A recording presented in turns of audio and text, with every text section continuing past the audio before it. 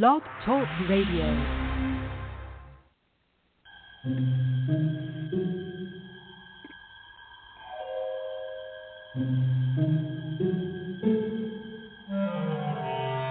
Archangels, ghosts, and Bigfoot, oh my. It's just another night for Supernatural Girls. Real stories, real answers to life's biggest supernatural mysteries. And now for another exciting interview with paranormal experts from this world and others. Here's your host, paranormal researcher Patricia Baker, on the one, the only, Supernatural Girls.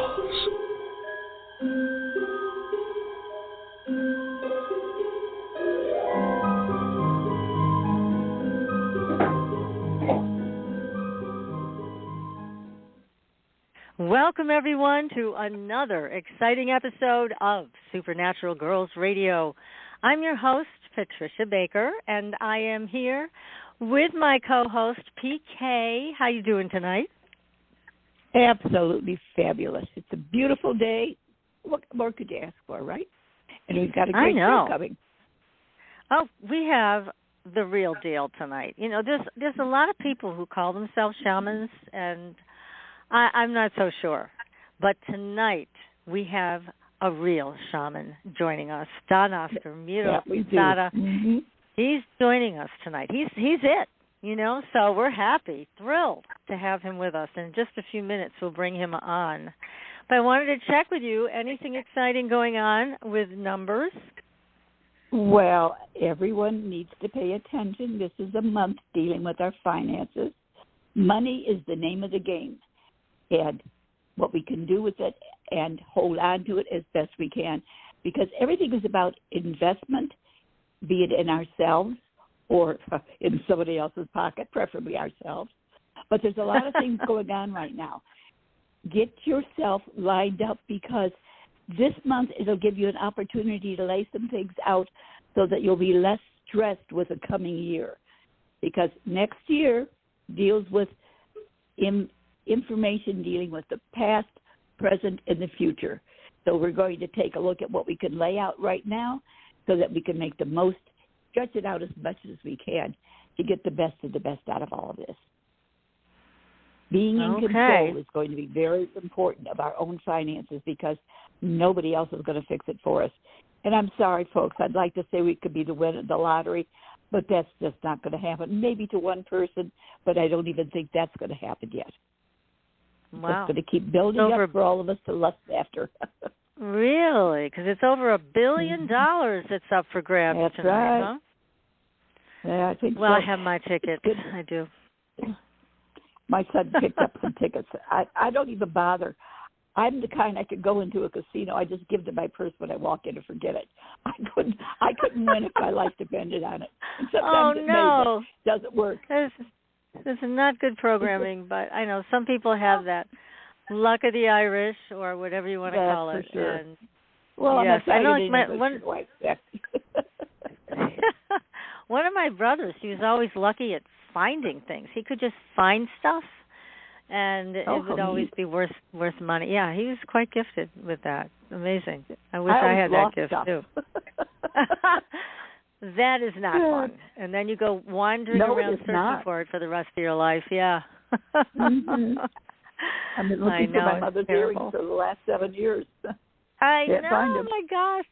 I know. You've even asked mediums and psychics to help you. Nobody's given you a straight answer. Nope, not at all. But I lost my bracelets for 4 years, and they ended up one day showing up in a place I would never, ever put anything. So I'm still hoping for the earrings to show up. I hope they do, because I know they're meaningful to you. So they're not just jewelry. They have meaning. Yes. No, Life 101 goes on in spite of me. Well, I just wanted to remind everybody to please look at the Supernatural Girls webpage, because we've got lots of health products on there to take a look at. The liquid vitamins are great. Mm-hmm. We have a new laser watch that Dr. Weber has invented, and unfortunately they've sold out already on the first run of these laser devices, but they have more in production. So anybody who's anxious to get one, just send me an email. I'll make sure you're on the list for that.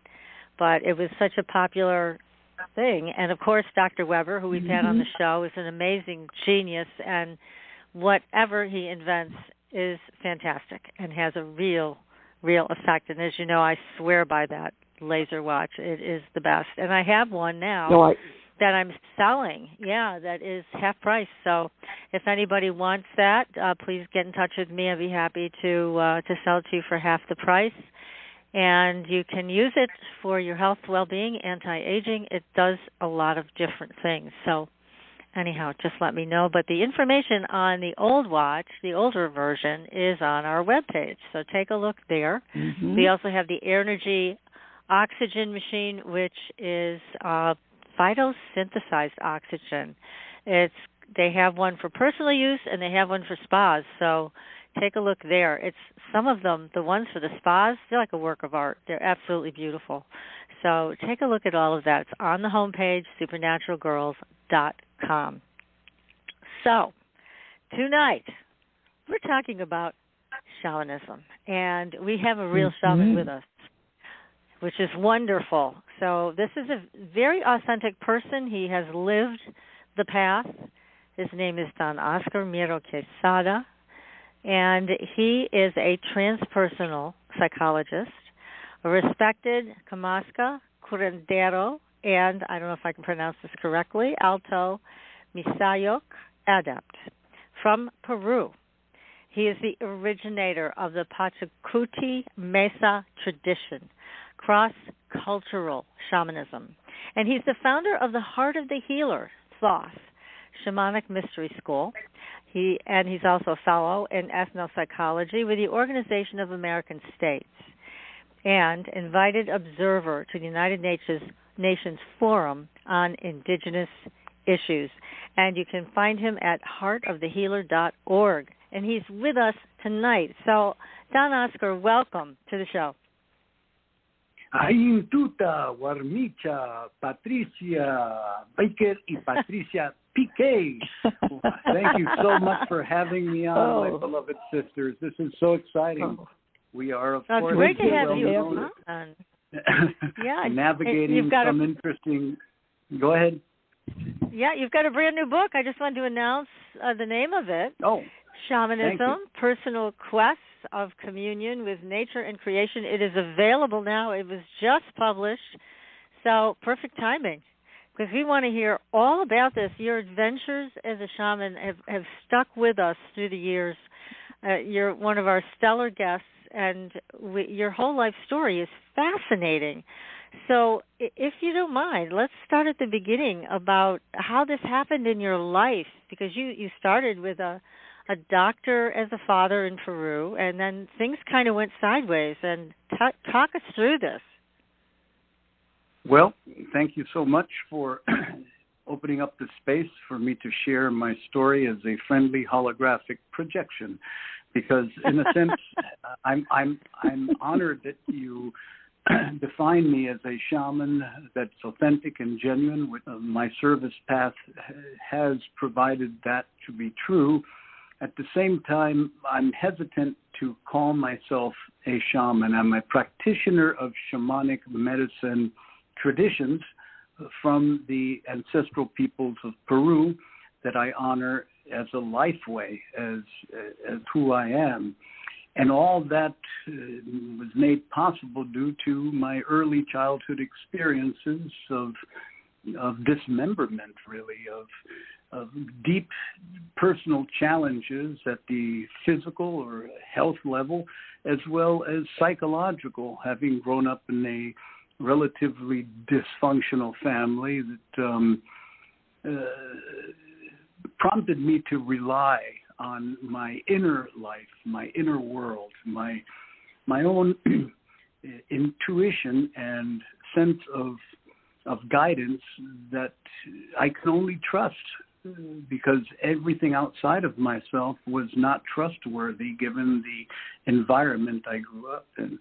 That's not to say that my parents didn't do their best and weren't loving in their way, but they had their own issues, as many of our parents have had.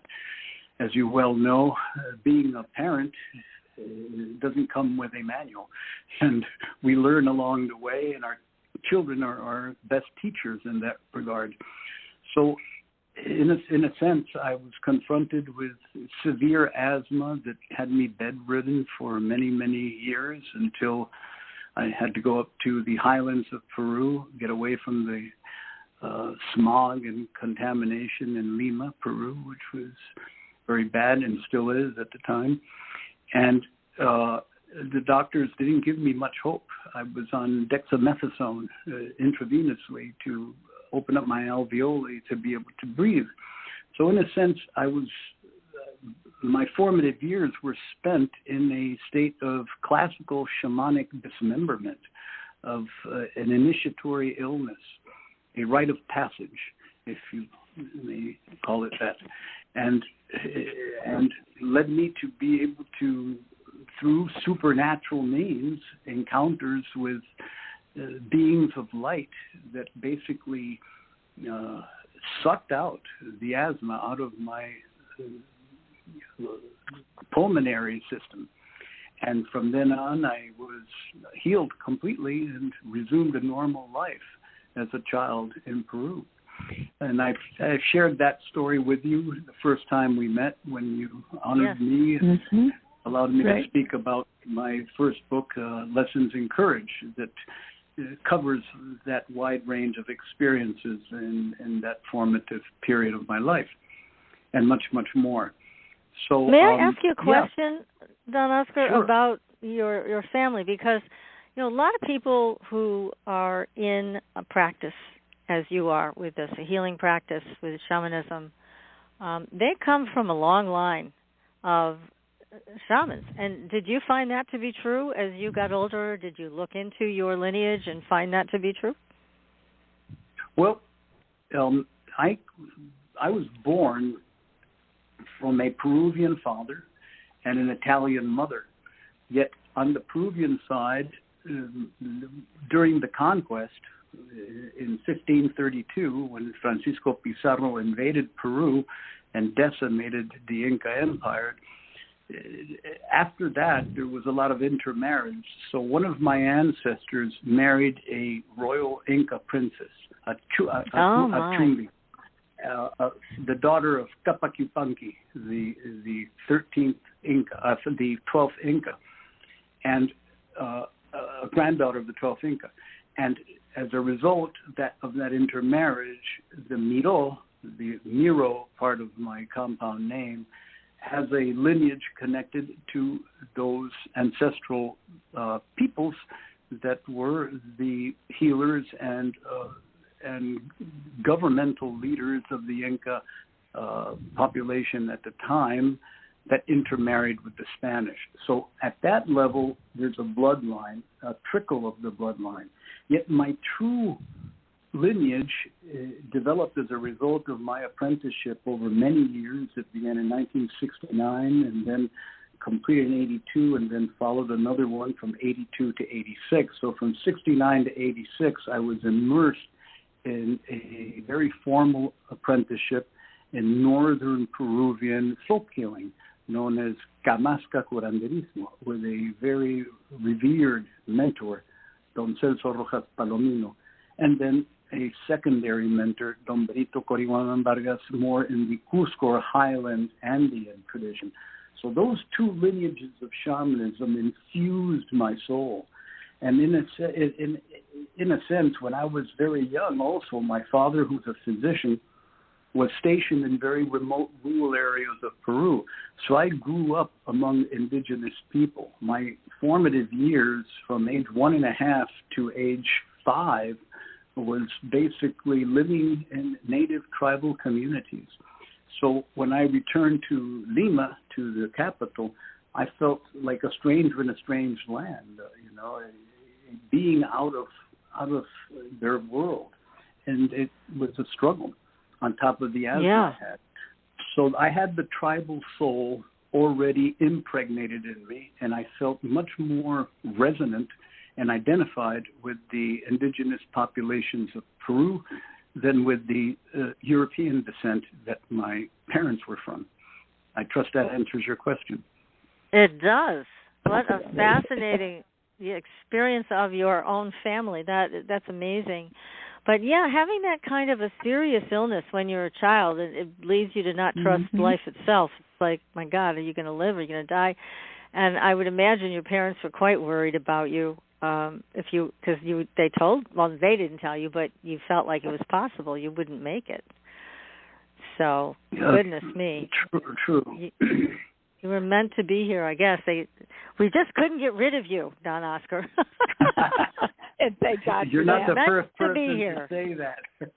I have had, believe it or not, I have had 3 near-death experiences, and they still won't take me. You're not here yet, Don Oscar. You got more to do. Right, lucky. Well, it's lucky for us you're still here, because that's for sure. These are very crazy times. I'm sure you've noticed, and it's so challenging. So very challenging for so many people. I mean, the craziness around COVID and the vaccine, and do you take it, do you not, and all of this oppression with censorship and craziness in the government going on. It's definitely been life-shattering to a lot of people. And also the isolation of COVID has led to a lot of people committing suicide. And it's been a very, very bad time. What's your take on this? Why do you think these things are happening and have been happening in our cultures now? Well, from the perspective of shamanic awareness, we understand that there are cycles, periods, eras, world transformations that occur every few hundred, sometimes thousands of years.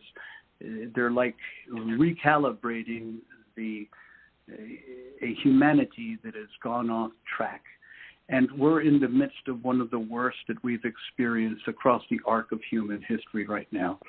And these moments of transformation on a global, planetary level are known as Pachakuti, Pachakuti.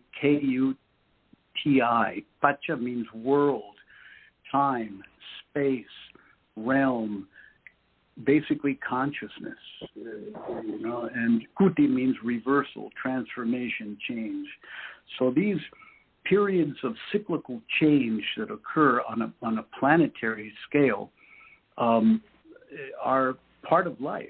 Just like everything is, the only constant in life is change, is transformation. And when a species, such as our own self-reflexive humanity, because we are the only species that at least we think that is advanced and whose free will can impact the earth in a manner that is either creative or destructive. When a species together loses its way, is estranged from the sacred dimensions of life, the Earth Mother needs to remedy that imbalance. And therefore, the climatic and geophysical changes that we're experiencing, but most importantly, what happens is that it's the social earthquakes, the social hurricanes, the social forest fires and degradation that is most worrisome. Humanity is forgotten that they are one united species because of misguided leadership among the governing parties of this world. And so what is going to happen, as has happened in the past, and you can read about it and hear about it in the creation tales and stories of origin and the great epics and mythic writings of our ancestors, there's going to be a period where people will unfortunately be tested severely in the form of pandemics such as what we've just experienced, in the form of the misuse of atomic power, in the form of misguided political polarization due to the need for certain individuals to feel that they are better suited to lead the world than the world can lead itself, if you follow me. So there's all these variables, all these situations that are coming to a head, that are converging to a point of really no return. So we have two options, in my humble opinion. One is to learn to die before our physical death. And by that I mean let go of the need, the craving for approval and control. Bring ourselves back to a place where we are not so narcissistic and so focused on personal gain and self-survival, yet open to the fact that we have the ability to care for someone or another species as much or even more than we care for ourselves, and to tap into that place that is our true essence, our soul, our sense of unitive consciousness, of being part of the great sacred web of life, and live a life of reverence. And our thoughts, our words, our actions, our dreams, be conscious that they have power to fashion a new world.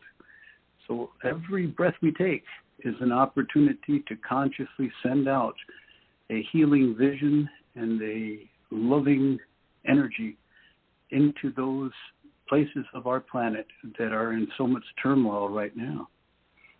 And that is what it is to be of service to the great work of the Pachakuti, of the planetary turning, as they call it.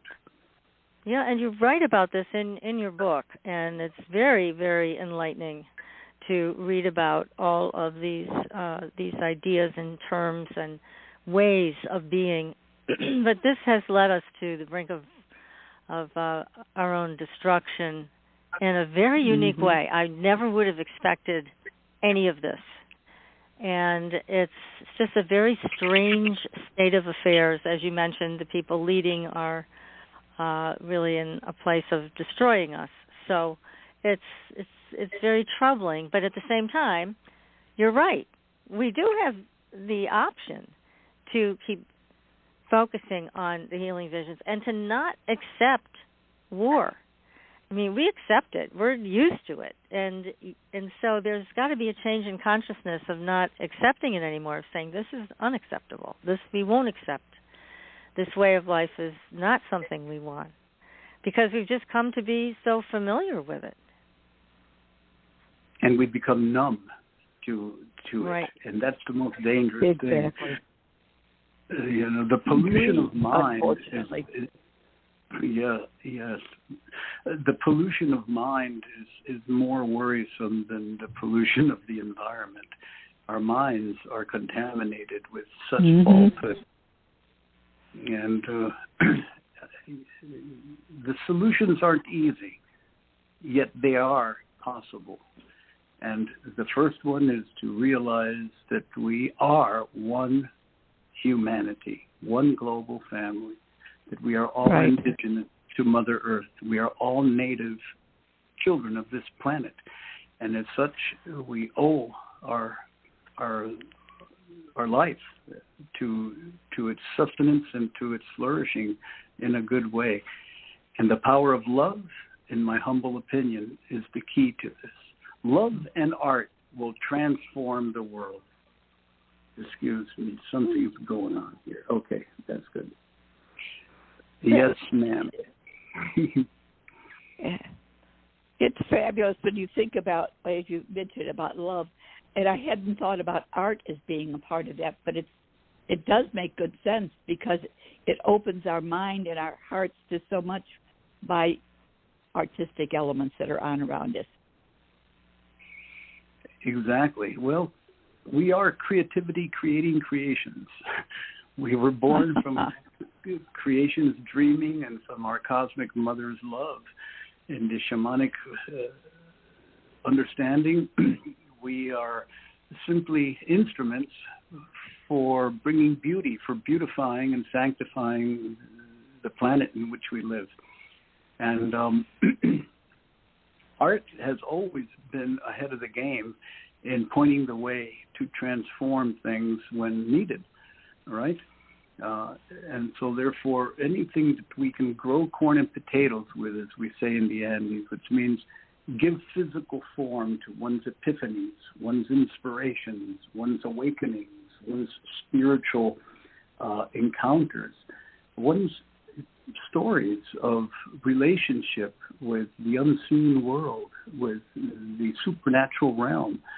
All those must be given form in painting and drawing and sculpting and dancing and in making love and cooking and whatever you can fashion with your being as a gift of beauty or as a gift of creativity to the world is going to go a much longer way than if you just show up at some sort of rally and demand change, knowing all along that those in power are not going to heed your demands because they're so entrenched in their own fear base. That's absolutely true.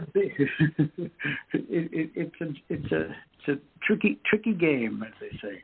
You mentioned also in your book storytelling, and I agree with you. Storytelling is tremendously healing. I mean, I think about some of the great storytellers, and I mean, just by listening to one of their stories, you can change your entire perspective.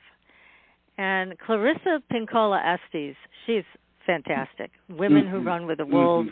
She started with that, and she has. I highly recommend her audiobooks. But her ability to tell a story and that transforms people is so unique and so powerful. And that is an important aspect of healing. There aren't a lot of great storytellers around like her. But if you can find one, you're very blessed because you have a chance to make tremendous progress in a very short period of time by listening to those stories. I agree wholeheartedly, my good sister, for sure. And that's why this series of Common Sentience, Ariel Patricia, who's the founder of Sacred Stories, that's the publisher of Common Sentience books. I'm the 7th book in the series.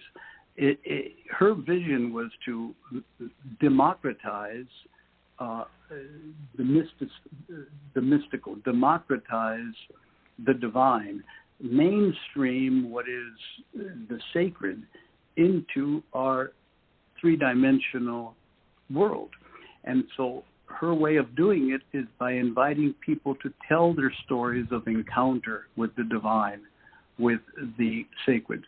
And therefore each of the volumes in this Common Sentience series, mine being on shamanism, they all have different subjects, invites other authors to submit a short story, a little tale, a little fable of their own experiences regarding that particular topic.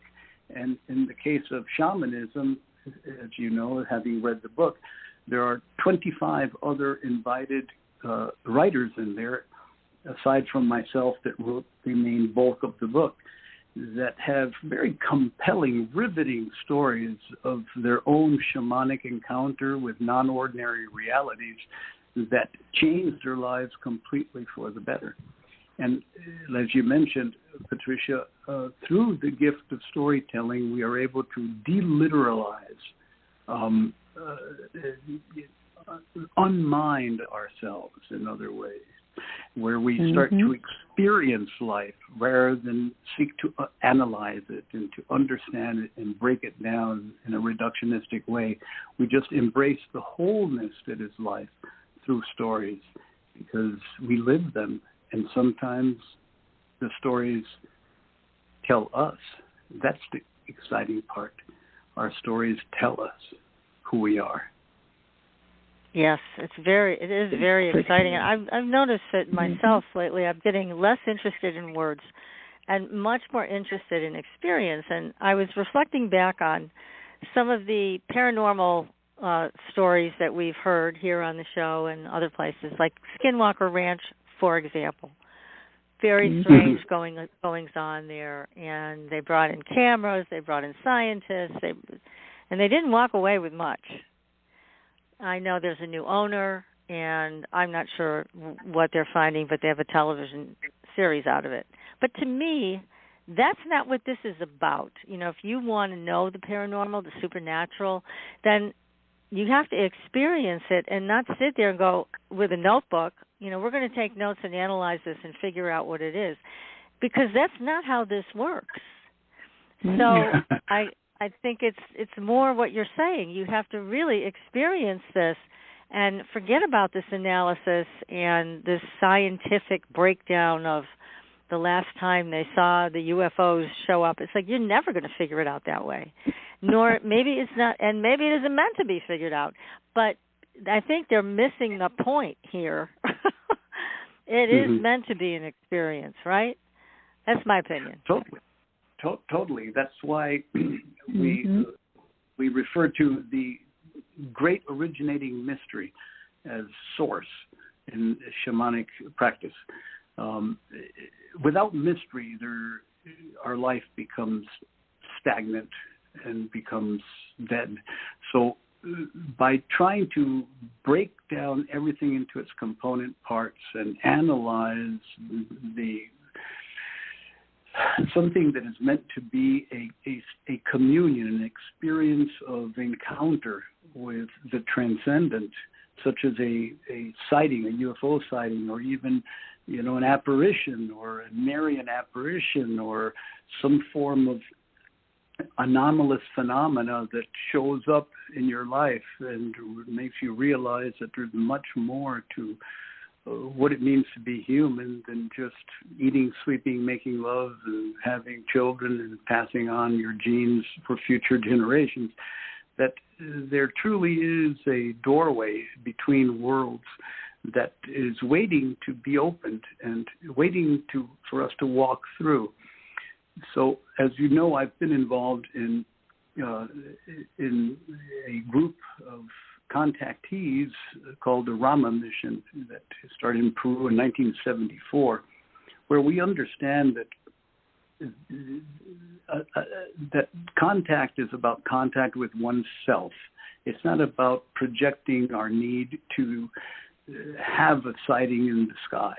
It is about, well, what does that sighting represent for your own awareness that you are as well a star relative, that you are a extra-dimensional denizen, and a transcendent being that happens to have taken form as a passerby on this good earth, but that there's no difference between the inhabitants of other worlds in our galaxy, in our cosmos, and ourselves. We're all born of creation's love and dreaming, and therefore we are a story that is being told through our lives.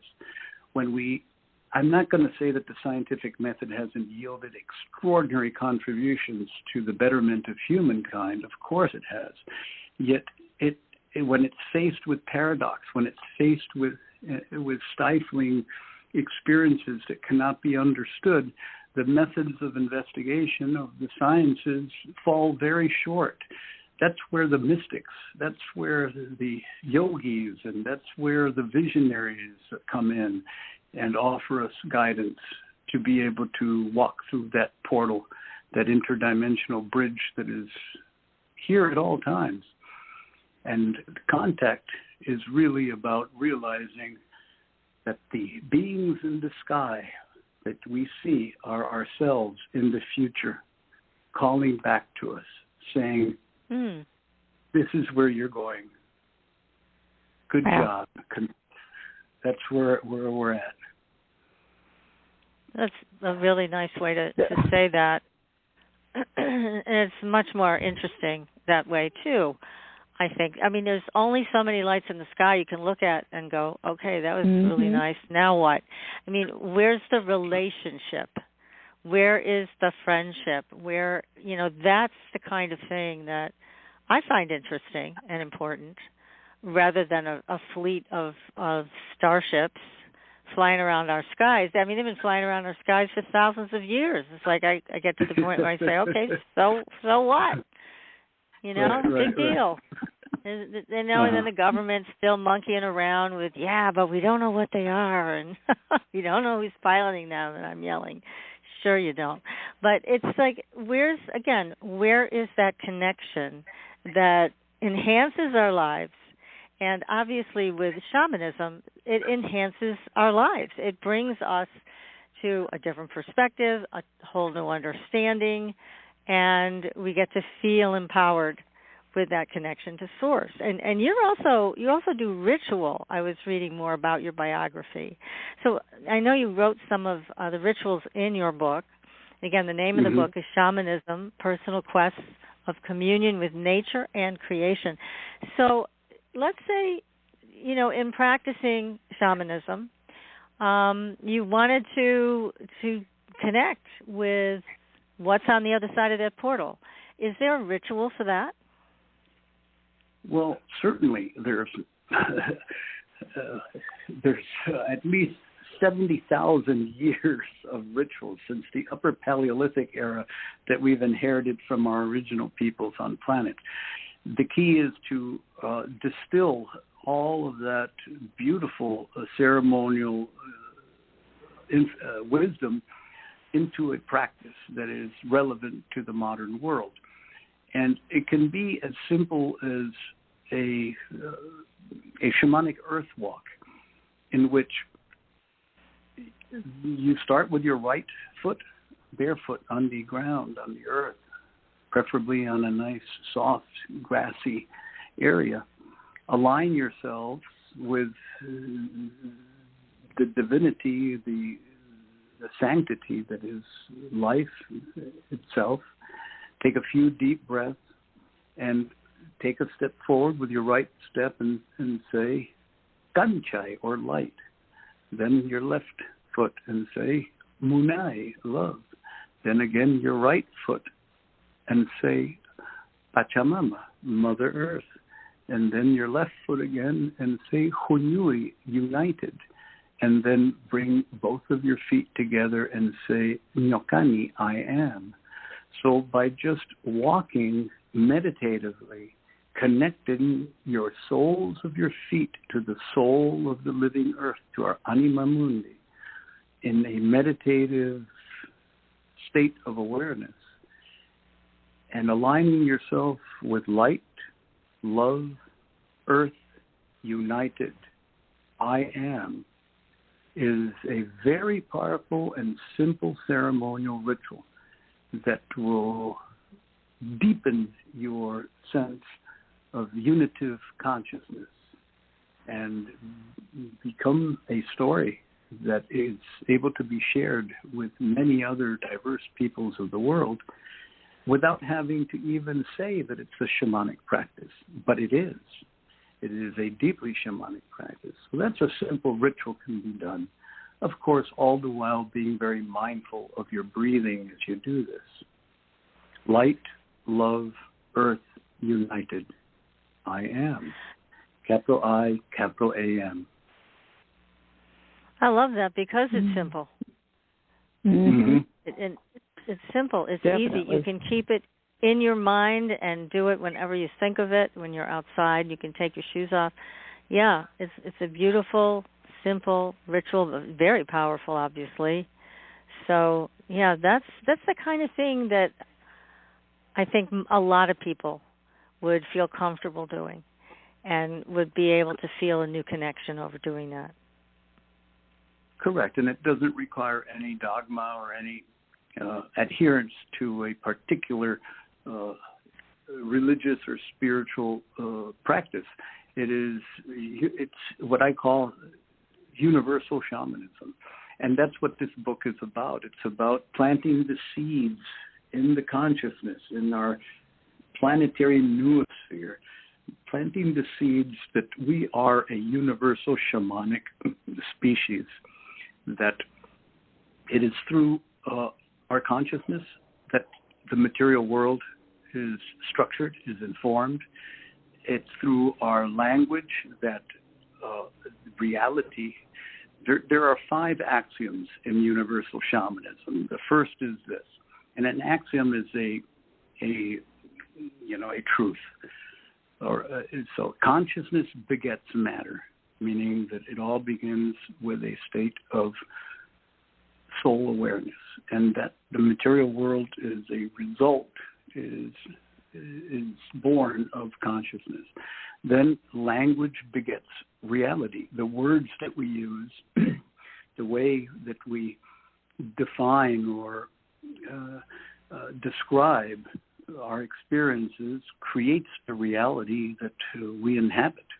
The third is ritual. Here's the ritual, begets relationship. Everything is ritualized in the natural world, and it leads to relationships, interspecies as well as intraspecies. And then the fourth axiom is nature begets purpose. By observing the natural world, we can find what our purpose really is for being alive. Very simple. Just notice the patterns, the pulses, the tonalities, the rhythms, the cycles, the order that is in the natural world, and mimic it in your own life in the best way that you can, and meaning and purpose will be provided.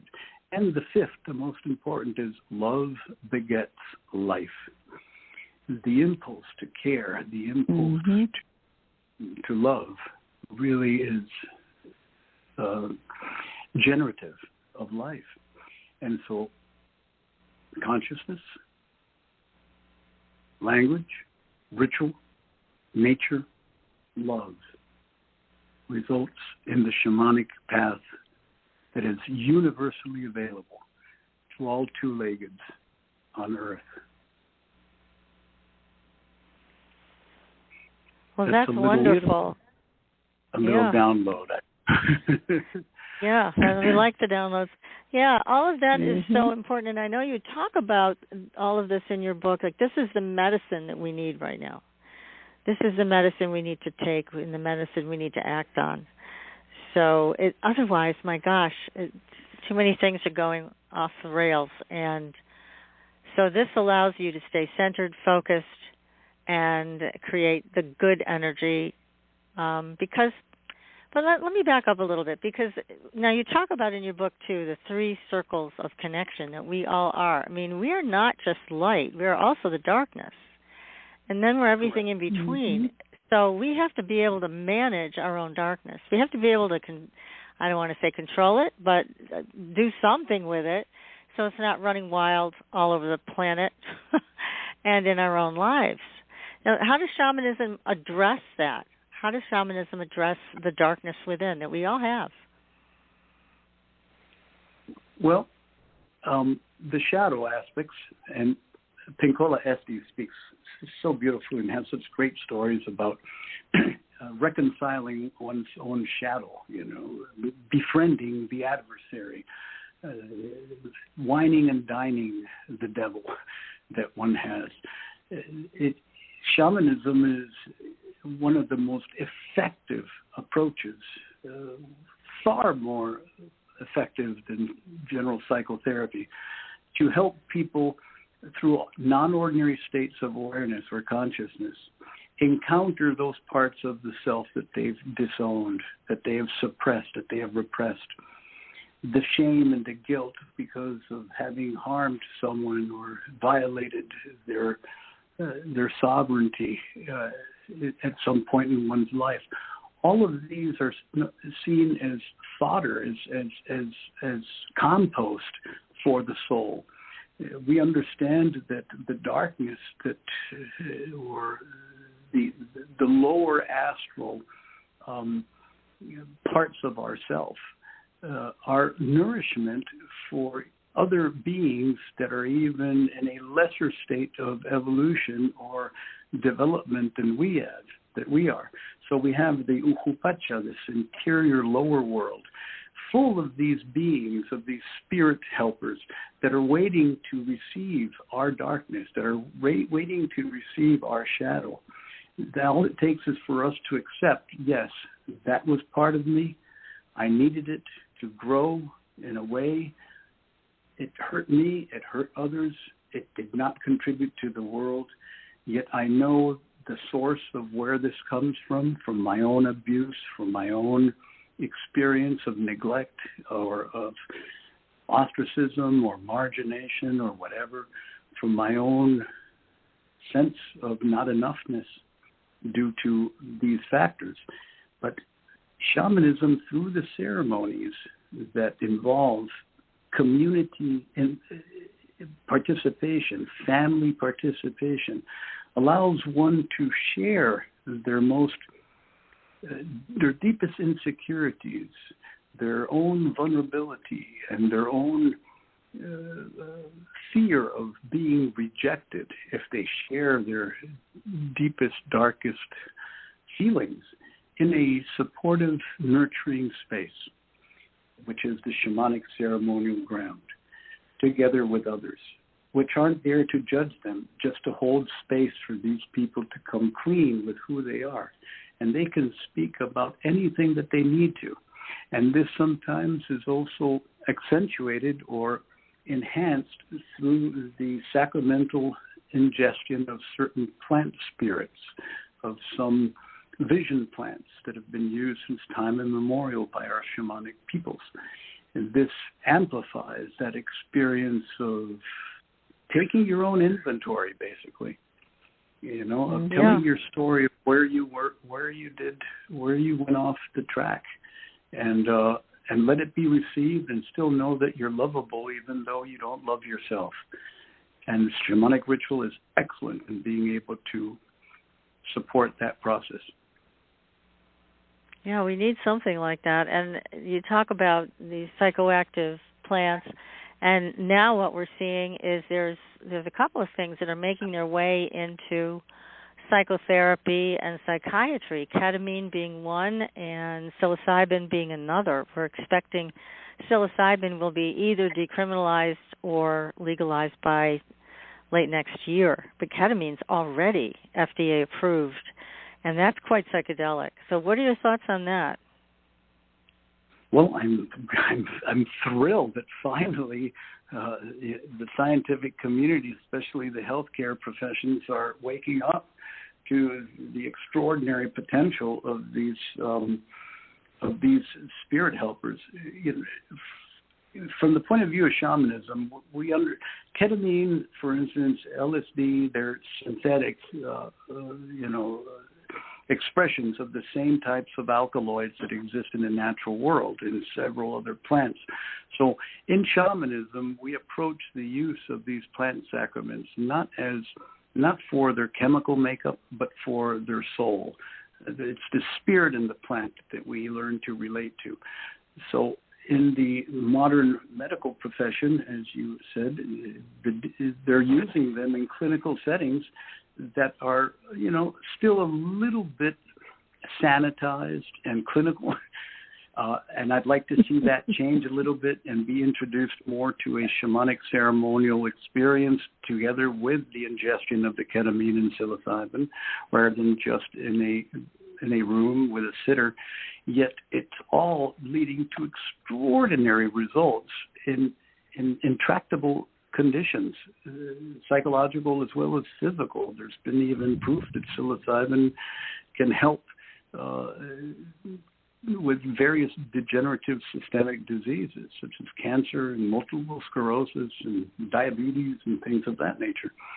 So it's an exciting time that we're living in. And hopefully it'll catch up to where our shamanic peoples have been for millennia very soon. Yeah, exactly. I mean, I know Paul Stamets, who's one of the leaders in mushroom medicine, and he talks about his own experience with psilocybin, and I'll not forget this.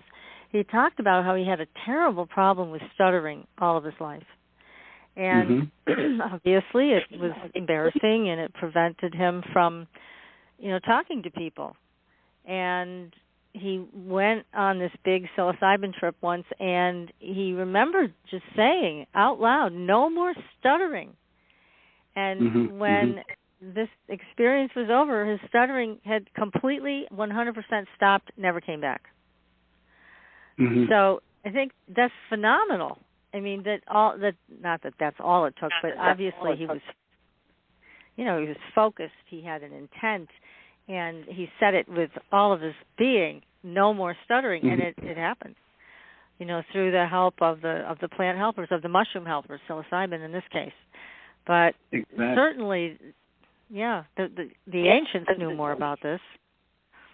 Mm-hmm. Well, our plants are much wiser than we are. Just the mycelium network of our fungi relatives that cover the surface of this earth is a mind blower. And Stamets speaks about that as well, because they're conscious sentient beings, our plant relatives, and they communicate through a network of certain neurohormones, very similar to what we have in our own human system. So, but they're a little different, of course, in molecular composition. Yet they still are transmitters of knowledge, of wisdom. And these have been around for millions of years and have been eaten by all of our prehistoric, life forms. So we have the same molecular makeup as psilocybin and as mescaline and as ayahuasca and all of these other entheogens. We have them in our bloodstream as a result of our evolution into these mammalian two-leggeds that we are. So we are walking repositories of these altered or non-ordinary states. Meditation, shamanic ritual, journey work, all those activate these natural entheogens and produce beautiful visionary states of consciousness with deep insight and focused on being able to change those parts of ourselves that we need to. So I'm thrilled that the modern medical profession is welcoming and celebrating their youth at present. Yeah, that's it. I am too. I think it's very exciting. I know, PK, you're excited by it as well because it creates all these new pathways, and it literally creates new pathways in the brain they're finding. So many people, and I know you being a transpersonal psychologist, I'm sure in your practice with people with that and shamanism, you see this all the time, where people get stuck. They can't get beyond the hamster wheel, whether it's anxiety or whether it's just the same old pattern of picking bad partners or whatever. And yet the mushrooms, the psilocybin mushrooms, have the ability to create a new pathway for you to choose. And you don't even have to choose it. It just kind of drags you down a new path. So that, you don't have to do the hamster wheel anymore. Yeah. And I've talked to a lot of people who are saying this was a miracle. And so that kind of intelligence, as you just addressed, is remarkable, and it goes beyond our intelligence. This is something so far beyond our comprehension at this point. I'm sure the shamans of old knew all about it, and you know all about it. But it is something new to the Western mind that this type of intelligence is amazing. Don't you think, Patricia, that so many people are fearful because of the way drugs have been handled today? And when you talk about mushrooms, whatever, that right away they go to thinking the negative side of these things instead of all of a sudden now they're opening the doors and we've got so much positivity coming to us about what's available. Instead of the fear, they're starting to want to reach out and try and test the waters, which is way overdue. Well, it is. We're kind of far behind on what we know about it from a research perspective and what is possible in healing from a traditional standpoint. We're just way behind because everything was outlawed. And we made plants illegal, for God's sake. It's crazy. Right. We made mushrooms illegal. It's like, what? these are natural substances on the plant. We're making them illegal now. It's just crazy. That whole thing that came in with Nixon has just prevented us from taking it further. So we are far behind in understanding the possibilities. But again, the shamans know.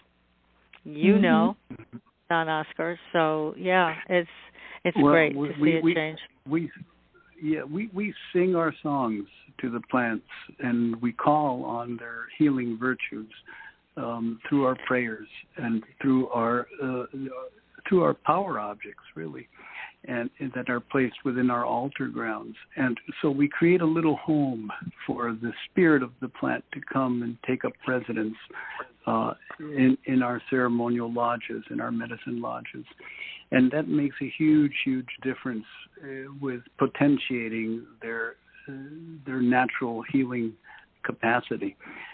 And I trust that the medical establishment, the allopathic tradition of medicine, will be valuing that. As a matter of fact, I've been invited by a couple of distinguished people that I'm not privy to speak their names right now, associated with Johns Hopkins and the University of California at Berkeley, to bring the shamanic ritual component into the research with psilocybin with near end of life situations, because Wonderful. It's being used for hospice, and so they're open now to to calling upon the shamanic ways of befriending the wisdom of these substances.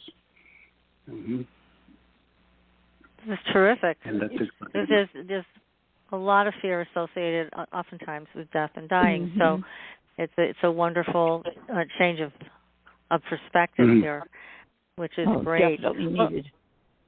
It is. Well, let me ask another question about your friend Sisto. Is he still around? Oh, Sixto is definitely still around. Thank goodness. He's quite the character. Yeah. We still want to get him on the show. Have you reached out to him? I haven't yet because I didn't speak any English. Well, that's why I didn't reach out to him.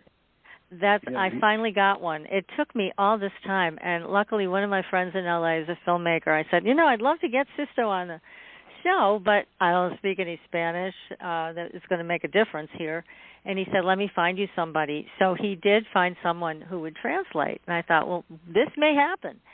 But your whole experience with him, we still remember that, what you told us about his experience of going to, I believe it was Jupiter, right? And then they brought him back, and he was all discombobulated and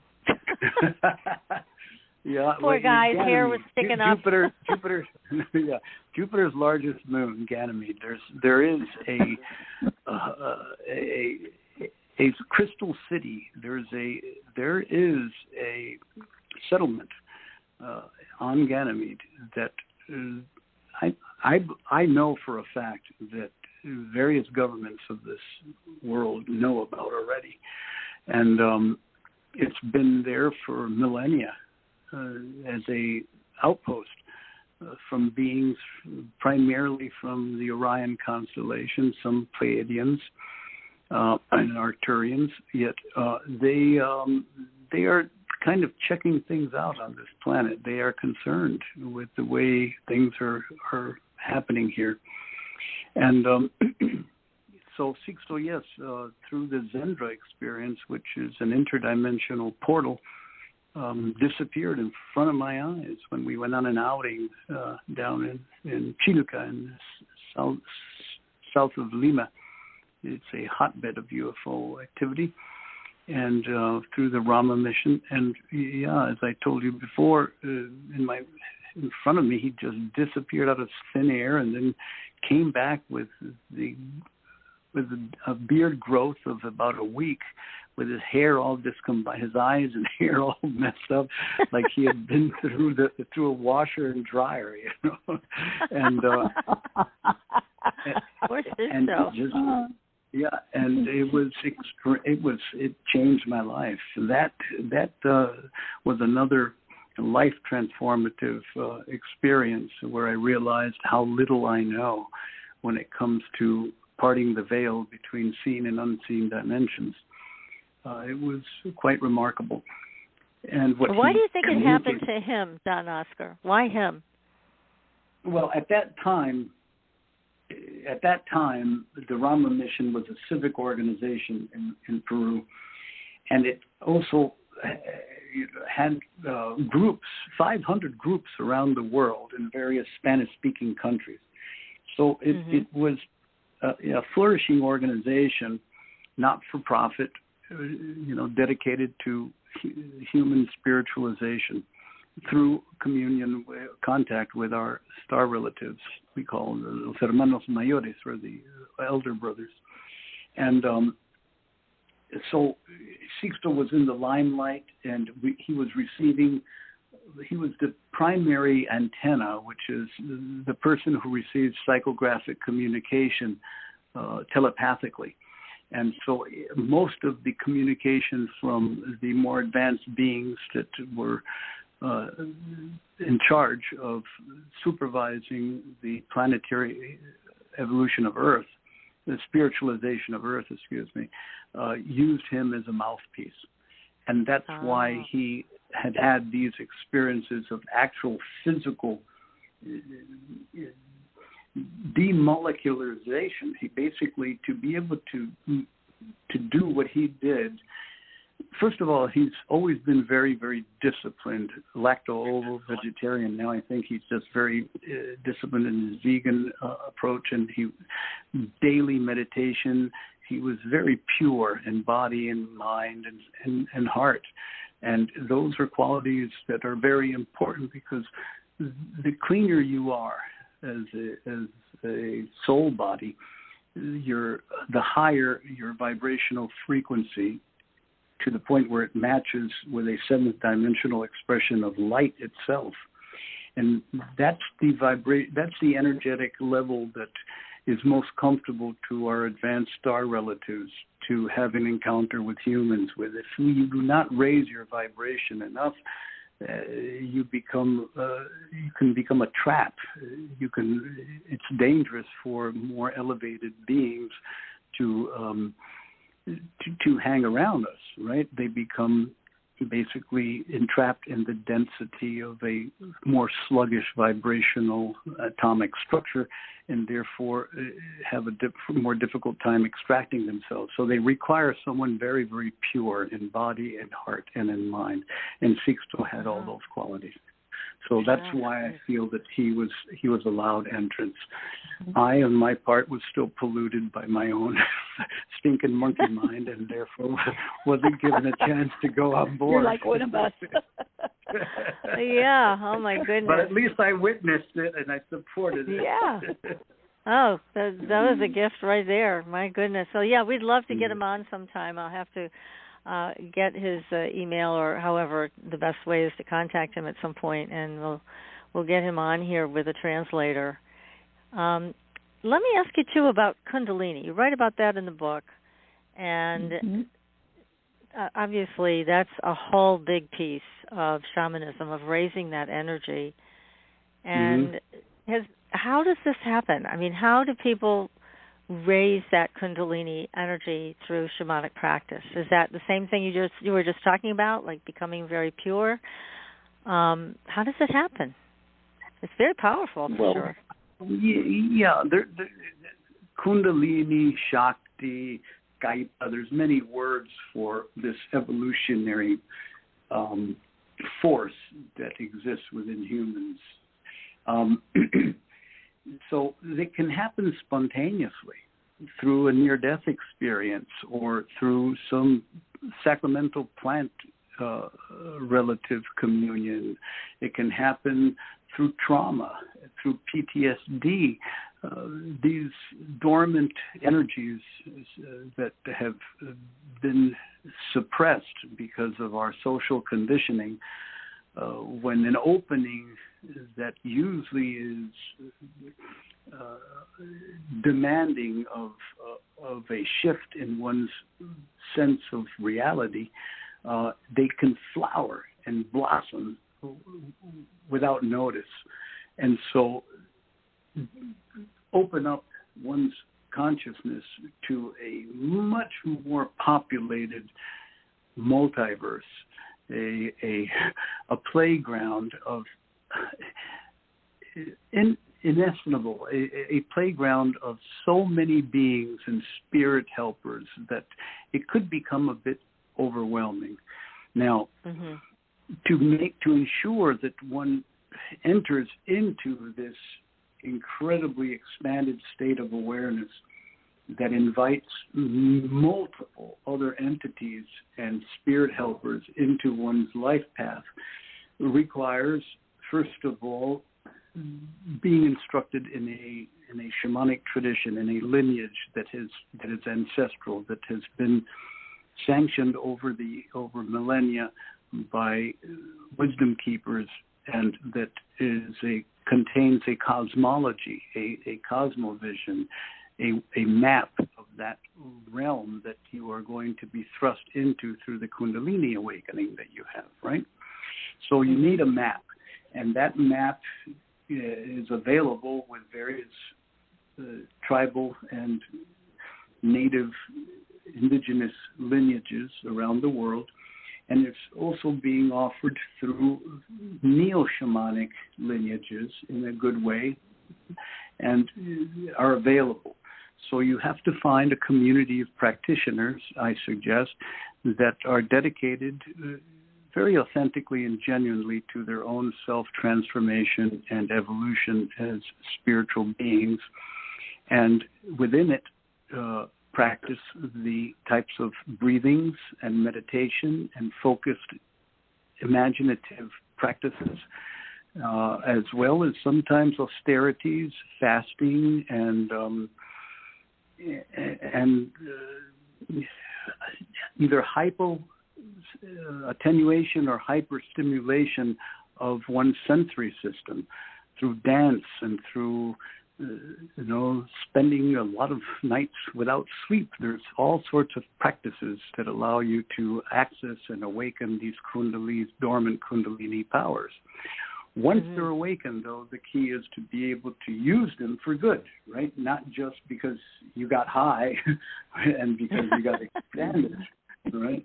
But how do we bring that expanded state of consciousness, that connection with the divine, down into the earth and make it medicine for the world? That's the key. And the only way to do that is by raising your own vibrational frequency and realizing that you are a shining one, that your true essence is that of light. And when you walk out into the world with a heart infused with loving intention, the luminosity, the numinous, the sacred, that is our true self, is the medicine. So all you need to do is make eye contact with somebody and smile. Or when you hug somebody, hug them not just mechanically, but hug them heart to heart, and offer yourself, offer your beauty, offer your gentle, loving nature into their lives as a gift of medicine. And that's the best way I know that Kundalini serves a global awakening on this planet. That sounds like a plan. I like it. Yeah. We're doing it right now, my love. Oh, we are. Oh, that's why I feel so good right now. Yeah, definitely. But I ask a question. Do you think that the ability to speak Spanish, or in that area, there's so much more of the world that seems to be drawn to be able to use that as more advantageous for us in learning how to work with things?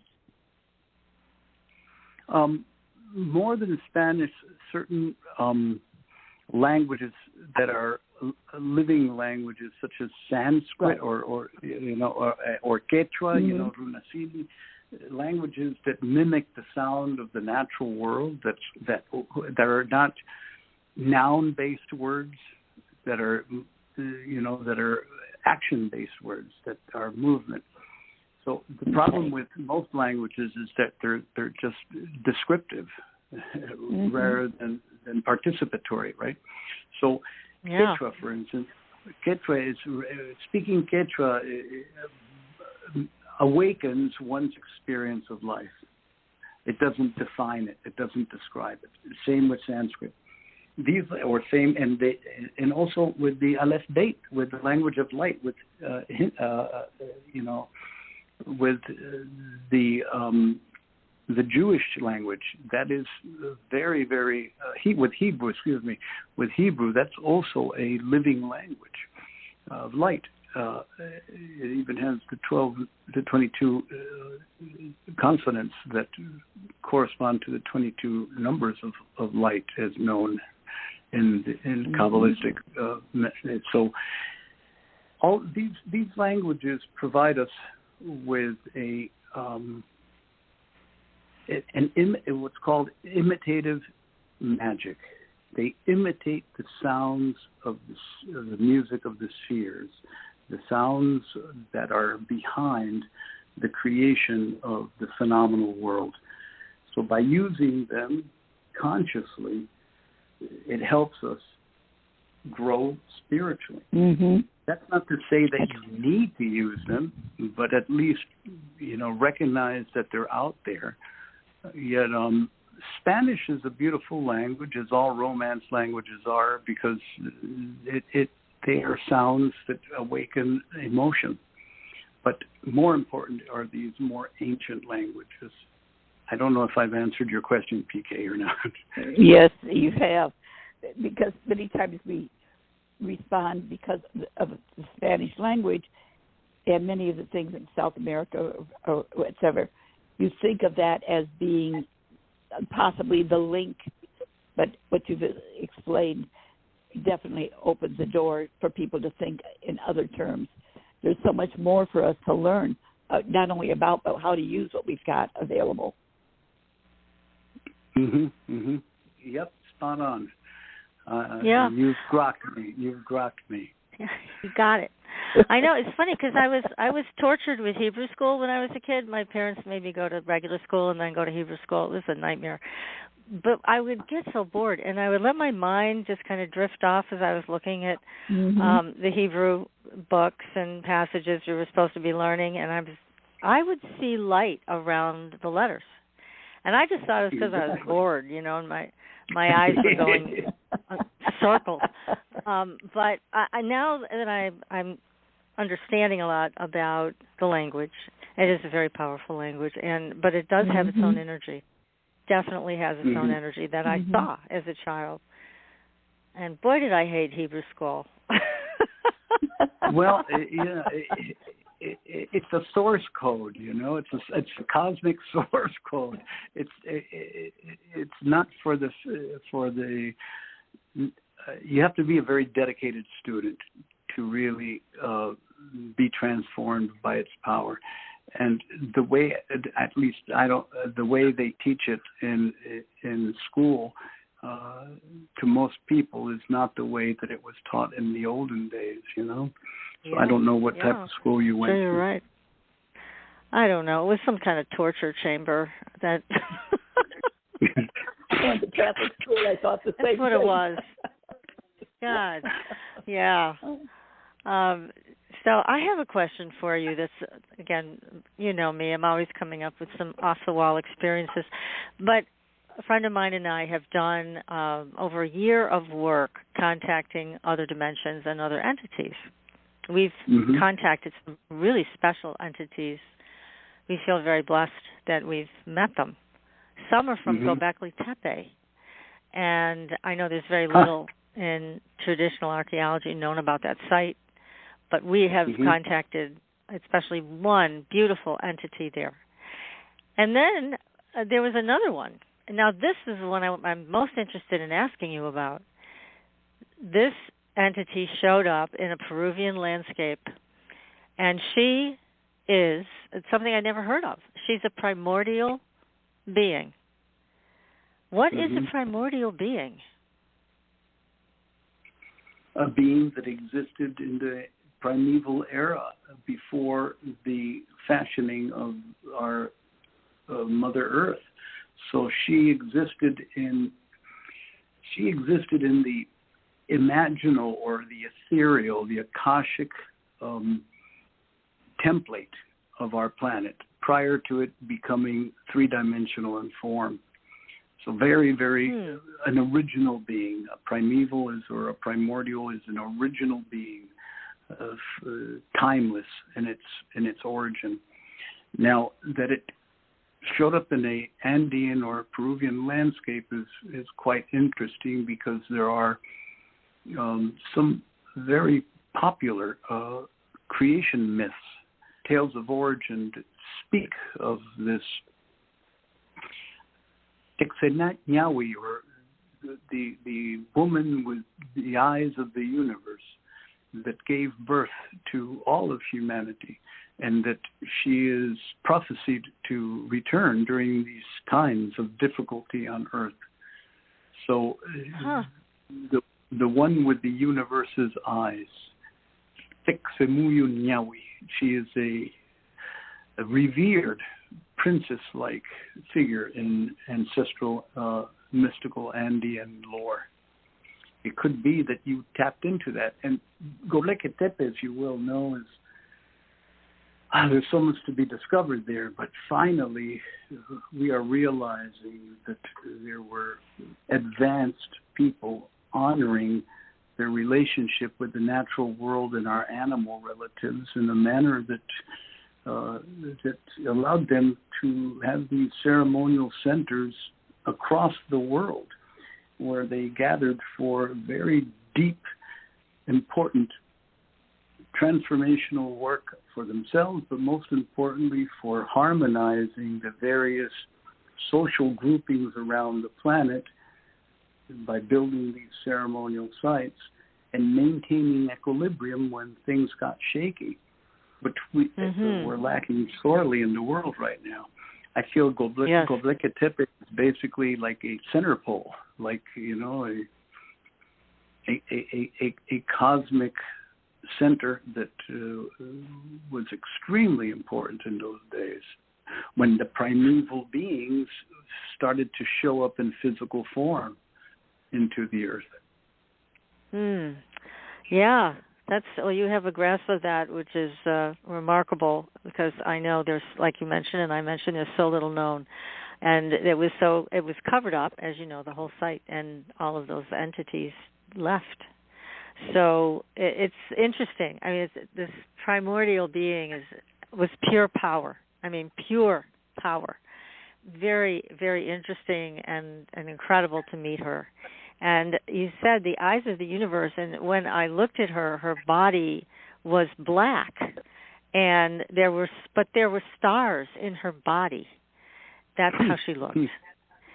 And it's an amazing, all of this, what we're doing right now is taking this to another level. We're learning a lot, and we're always pleasantly surprised by who shows up to have a connection with us. So, yeah, well, thank you for sharing that, both of these insights, one on Göbekli Tepe and the other on the primordial being, who I call La Donna, is very helpful. So thank you. I never would have figured that one out. Well, that's why we are co-creating a story together. We are storytellers of a new reality, a way of participating in the fashioning of the next evolutionary step for our planet. That's what you guys are doing with Supernatural Girls and having this type of conversations. We're storytellers, just like in the ancient caves. Yeah, we are. We're telling it, aren't we? And good for us. I mean, and yeah, really. But Don Oscar, your life is so amazing, and it continues to be amazing. How do you think of your life when you look at it? Do you see how incredible it's all been so far and continues to be, with your near-death experiences and surviving asthma and meeting these wise people that helped to heal your lungs? I mean, it's just an incredible life you're leading. It is unique for sure, I must say. It blows me. It blows me away. I kind of refrain from going making too much of it. You know, I just show up every day and thank the great originating mystery for whatever experiences comes my way, and keep my heart open to gratitude, and try to be as generous with what I've learned through my life with others, and that allows me to remain in contact with a state of grace. I have this understanding that gratitude fuels generosity, which opens to grace. And that's one of the chapters in the book. And so just being grateful for my life and expressing it generously in my service to others, I can't think of a better reward than a state of grace. And as long as I'm that way, there's no need to change what I'm doing. I just need to show up and be who I am, and love and smile and laugh and play, and never become an expert. And just keep it green like a child. For all that you know and what you share with us, we are totally grateful. Oh, gosh, we are. We really are so glad to know you. This has been a wonderful evening. And before we wrap up, because we've got some time left, can we talk a little bit about dreaming? As I feel, as people have heard me say this too much, it's so important to work with our dreams. Now, years ago, when I was a dream analyst, people were so into it. We had dream groups. We did private analysis, and in a way that I saw people develop into prophetic dreamers, because they took it so seriously in terms of it was a big commitment, to write down their dreams every day, to come and share them, whether it be in private session or group it, and they grew exponentially from that experience.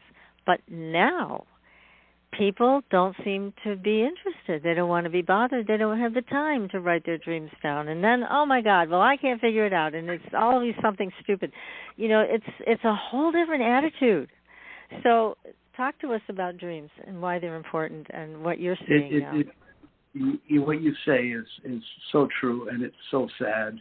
I do remember those days where dreams were revered, were considered the gateway to the gods, and goddesses. Right. So, and they still are. So, yes, in the shamanic life way, dreams play a very significant role. We are initiated through dreams.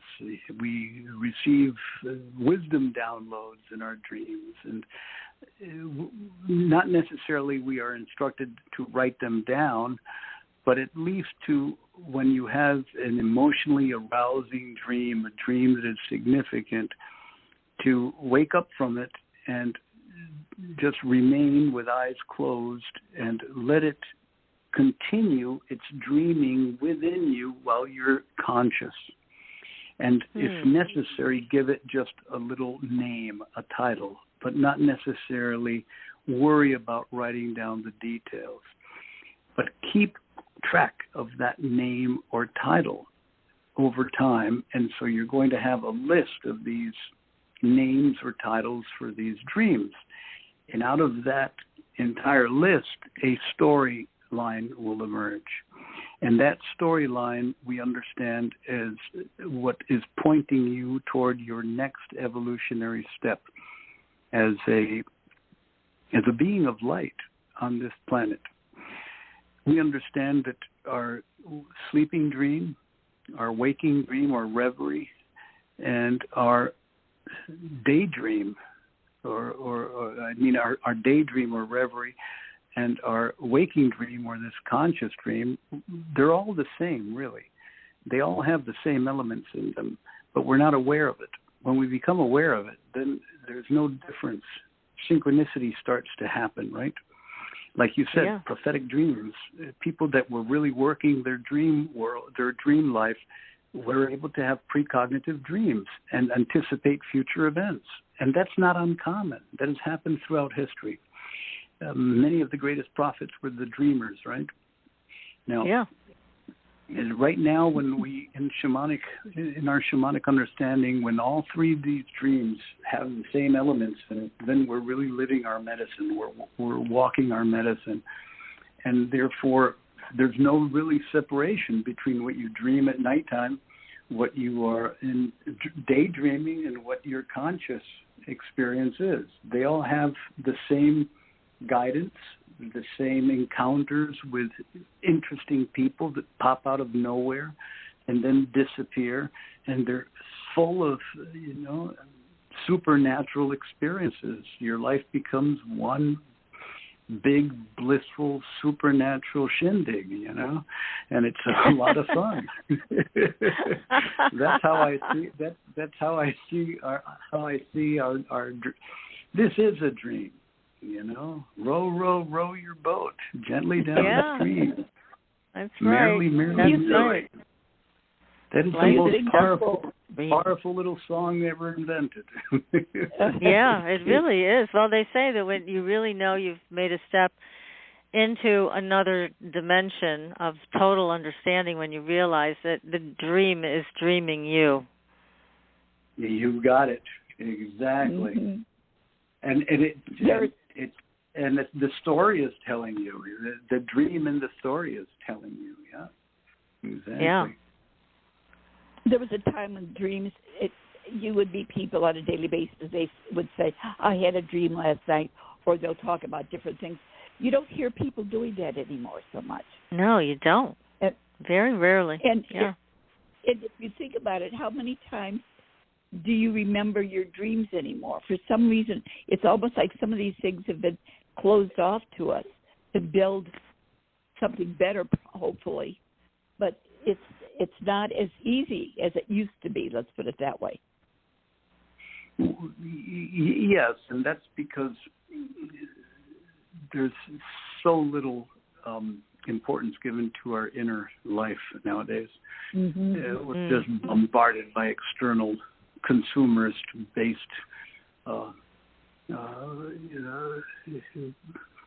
what can I say, garbage, really. Yeah. And pretty well. And so all everything is focused on the external world, not the internal world. In the earlier days of depth psychology, dreams are still important in certain, psychotherapeutic modalities, extremely important. Yet people don't want to spend the time being artists. They want they want the art to come to them through an algorithm. They don't. Yes, that's so true. They don't want to put it. They don't want to put in the time to practice. Instant gratification. Yeah, it's like put your hand out. It's unfortunate. Yet we are still here. Spinning voraciously through the cosmos. Yeah, we are. And, we're spinning, all right. And still have the blessing of being able to meet each other virtually through these programs, and put our stories out into the world, and know that we're doing some good medicine work, and keep it simple, as they say, right? Yes. Well, again, I want to announce the name of your great new book. It is Shamanism, Personal Quest of Communion with Nature and Creation. It's available on Amazon, everybody. You can get your own copy and read more personal experiences of shamanism and more of a breakdown of the different rituals and the different ways of looking at the world. Thanks to Don Oscar Miro-Quesada, who did such a great job with the book and who spent his entire evening with us here tonight. Thank you so much. This has been fantastic. Thank you. We've enjoyed it immensely. Thank you, PK. And the book is fabulous. Thank you. Yeah, it's getting some very good recognition among many booksellers, and I'm very happy for that. It's like I said, it's a planting of seeds in the garden that is going to be our new earth, and I offer it to the world with nothing more than a desire that it awakens those who are ready to awaken. And well, we want to be awake. And thank you again. We're running out of time, but thank you so much, Don Oscar. We would love for you to come back sometime soon. And again, please keep in touch with us. Until then, next week, hey, we got another great show, everybody. Until that time, we'll see you on the Blue Highway. Good night, everyone. Good night. Thanks for listening. Tune in next week for another radio adventure with Supernatural Girl.